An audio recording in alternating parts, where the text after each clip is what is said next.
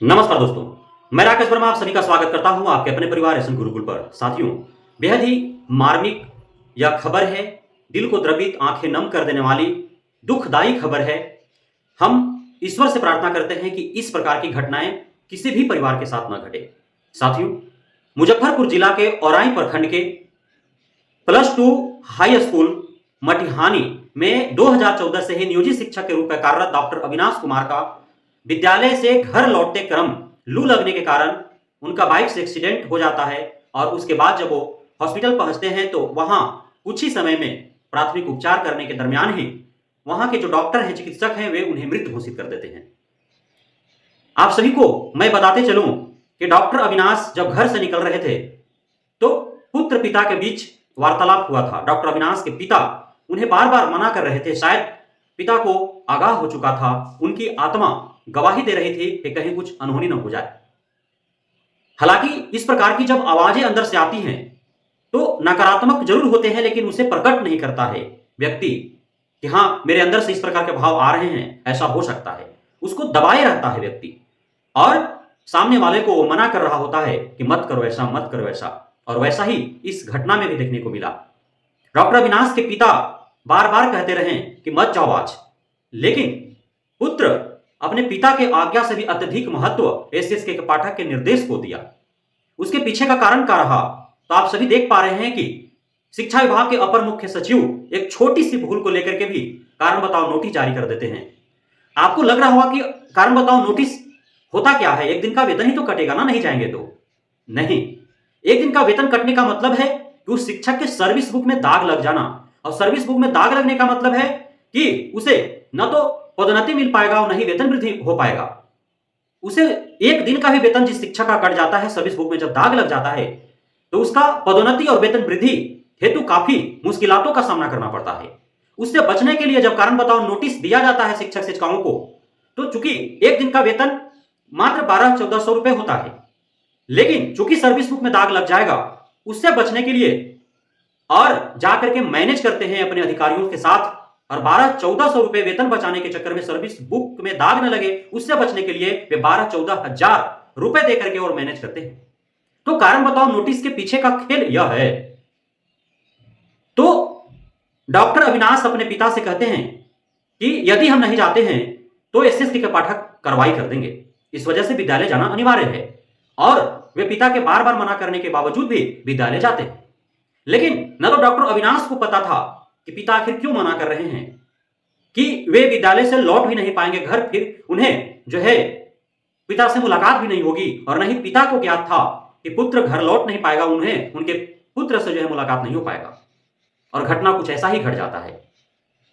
Doctor Avinash विद्यालय जाते हैं, अच्छे से पढ़ाते हैं।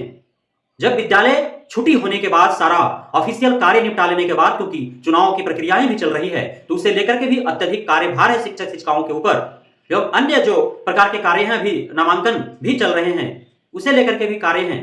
तो सारे कार्यों को निपटाने के बाद जब वो 11:30 पौने 12 बजे जब वो विद्यालय से घर लौट रहे होते हैं, तो बीच रास्ते में ही उन्हें लू लग जाती है, जिसके कारण उनका शरीर जो है वो अस्वस्थ हो जाता है और अनबैलेंस हो जाते हैं वे, और उनका बाइक जो है वो गिर जाता है।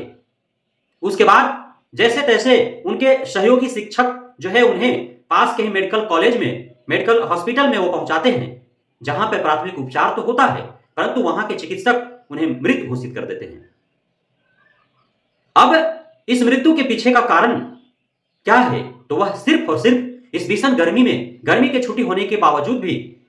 इतना अत्यधिक तेज लहरें चलने के बावजूद भी, शरीर को जला देने वाला धूप होने के बावजूद, शरीर के अंदर की खून सोख लेने वाला लहरें चलने के बावजूद, बार बार मौसम विभाग और मौसम विज्ञान केंद्र के द्वारा हाई अलर्ट, रेड अलर्ट जारी करने के बावजूद एसएसके के पाठक की मूर्खता,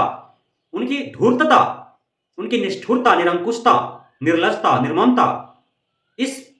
कदर जो है देखने को मिलता है कि शिक्षकों की कहीं बैठे बैठे मृत्यु हो जा रही है, तो कहीं आने जाने के क्रम में लू लगने के कारण उनकी मृत्यु हो जा रही है। तो सीधा सीधा डॉक्टर अविनाश, जिनकी शहादत हुई शिक्षा सुधार क्रांति के दरमियान, उनके पिता जो हैं वो आरोप मढ़ते हैं एसएसके के पाठक के ऊपर कि डॉक्टर अविनाश अर्थात उस पिता की पुत्र की मृत्यु के कारण जो है वो एसएसके के पाठक हैं, उनके पुत्र का कातिल एसएसके के पाठक है, उनके पुत्र का हत्यारा एसएसके के पाठक है। यदि एसएसके के पाठक का इतना सख्त निर्देश नहीं होता, गर्मी की छुट्टी दे दिए जाते, तो फिर वे न विद्यालय जाते, न विद्यालय से वो आते, न उन्हें लू लगता और न उनकी मृत्यु होती। क्योंकि सामान्यतः इस भीषण गर्मी में खून चूस लेने वाला इस लहर में, शरीर जला देने वाला इस धूप में कौन निकल रहा है? वही निकल रहे हैं जिनका विशेष कार्य हो, वही पूरे प्रिकॉशन के साथ। अन्यथा कौन जा रहा है? सुबह और शाम में ही अपने सारे कार्य निपटा रहे हैं बाहर का, दिन भर वो घर में आराम कर रहे हैं। बहुत ज्यादा इमरजेंसी हो रहा है कि उन्हें बिना गए काम ही नहीं होगा, तभी वो जा पा रहे हैं। तो वे बेचारे शौक से क्यों जाते? वे तो ड्यूटी गए थे ना, चूंकि एसएसके के पाठक का सख्त निर्देश था, नहीं जाएंगे तो सौकल भेजा जाएगा, उन पर कार्रवाइयां हो जाएंगी, फिर धन वसूली होगा अधिकारियों के द्वारा मैनेज करने के लिए। इन सभी से बचने के लिए उन्होंने जो है ये कदम उठाया, पिता के आज्ञा का अवहेलना किया और एसएसके के पाठक का निर्देश का पालन करना बेहतर समझा। तो अब एसएसके के पाठक के द्वारा ये जो दिशा निर्देश दिए जा रहे हैं, जिसके कारण मृत्यु हो रही है, और डॉक्टर अविनाश की जिस हालात में मृत्यु हुई, तो उसके खिलाफ उस जिले के न्यायालय में एक परिवाद दायर किया गया है, और वो परिवाद डॉक्टर अविनाश के साले पारितोष के द्वारा दायर किया गया है, जिसमें शिक्षा विभाग के अपर मुख्य सचिव एसएसके के पाठक, उस जिला के डीएम सुब्रत सेन और उस जिला के डीईओ अजय कुमार सिंह को आरोपी बनाया गया है। अब डायरेक्ट कोर्ट केस हुए हैं और संगीन मामला भी है, और यह जो मृत्यु हुई है, जो शहादत हुई है, वह एसएसके के पाठक के निर्देशों के कारण हुआ है। यदि गर्मी की छुट्टी होती, क्योंकि गर्मी की छुट्टी ऑलरेडी निर्धारित है छुट्टी कैलेंडर में 15 अप्रैल से 15 मई तक, और गर्मी छुट्टी जब कैलेंडर में निर्धारित है और इस दरमियान विद्यालय ड्यूटी में यदि किसी की मृत्यु होती है, तो सीधा सीधा आरोप तो उस विभाग के अपर मुख्य सचिव के ऊपर ही जाएगा, क्योंकि उनके नाम से लेटर निकला हुआ था कि गर्मी की छुट्टी में भी मिशन दक्ष और विशेष कक्षाओं का आयोजन करना है, नामांकन के कार्य करवाने हैं, इलेक्शन से जुड़े कार्य करने हैं, अर्थात किसी भी शिक्षक शिक्षिकाओं को गर्मी का छुट्टी नहीं है, उन्हें ड्यूटी करनी है। तो वे आरोपी हैं, अब उनको कोर्ट में हाजिरी लगानी पड़ेगी। अब देखना यह होगा कि न्यायालय डॉक्टर अविनाश के परिजनों को न्याय दे पाती है अथवा नहीं, एसएसके के पाठक पर कार्रवाई हो पाता है अथवा नहीं। बेचारे डी और डीएम कर भी क्या सकते हैं, क्योंकि उनका अधिकार जो है, उनकी जो शक्ति है, एसएसके के पाठक ने छीन रखा है। बिना एसएसके के पाठक के, बिना शिक्षा विभाग के निर्देश के वे कुछ भी फैसला नहीं ले सकते हैं। लेकिन अब चूंकि वो जिला के अधिकारी हैं, तो उनकी भी जिम्मेदारी है, इस वजह से उन्हें भी आरोपी बनाया गया है। लेकिन मुख्य आरोपी तो एसएसके के पाठक हैं, और डॉक्टर अविनाश के साला पारितोष और उनके पिता ने भी direct on screen, on camera उन्होंने आरोप मढ़ा है कि उनके पुत्र के मृत्यु का कारण एसएसके के पाठक हैं, उनके पुत्र के हत्यारा एसएसके के पाठक हैं, उनके पुत्र के कातिल एसएसके के पाठक हैं। हम उम्मीद करते हैं माननीय न्यायालय से कि शिक्षा सुधार की क्रांति में शहीद हुए डॉक्टर अविनाश को अवश्य ही न्याय मिले, और साथ ही हम यह भी गुजारिश करेंगे कि एसएसके के पाठक पर नकेल कसा जाए, अंकुश कसा जाए, ताकि किसी परिवार में इस प्रकार से मातम न छाए,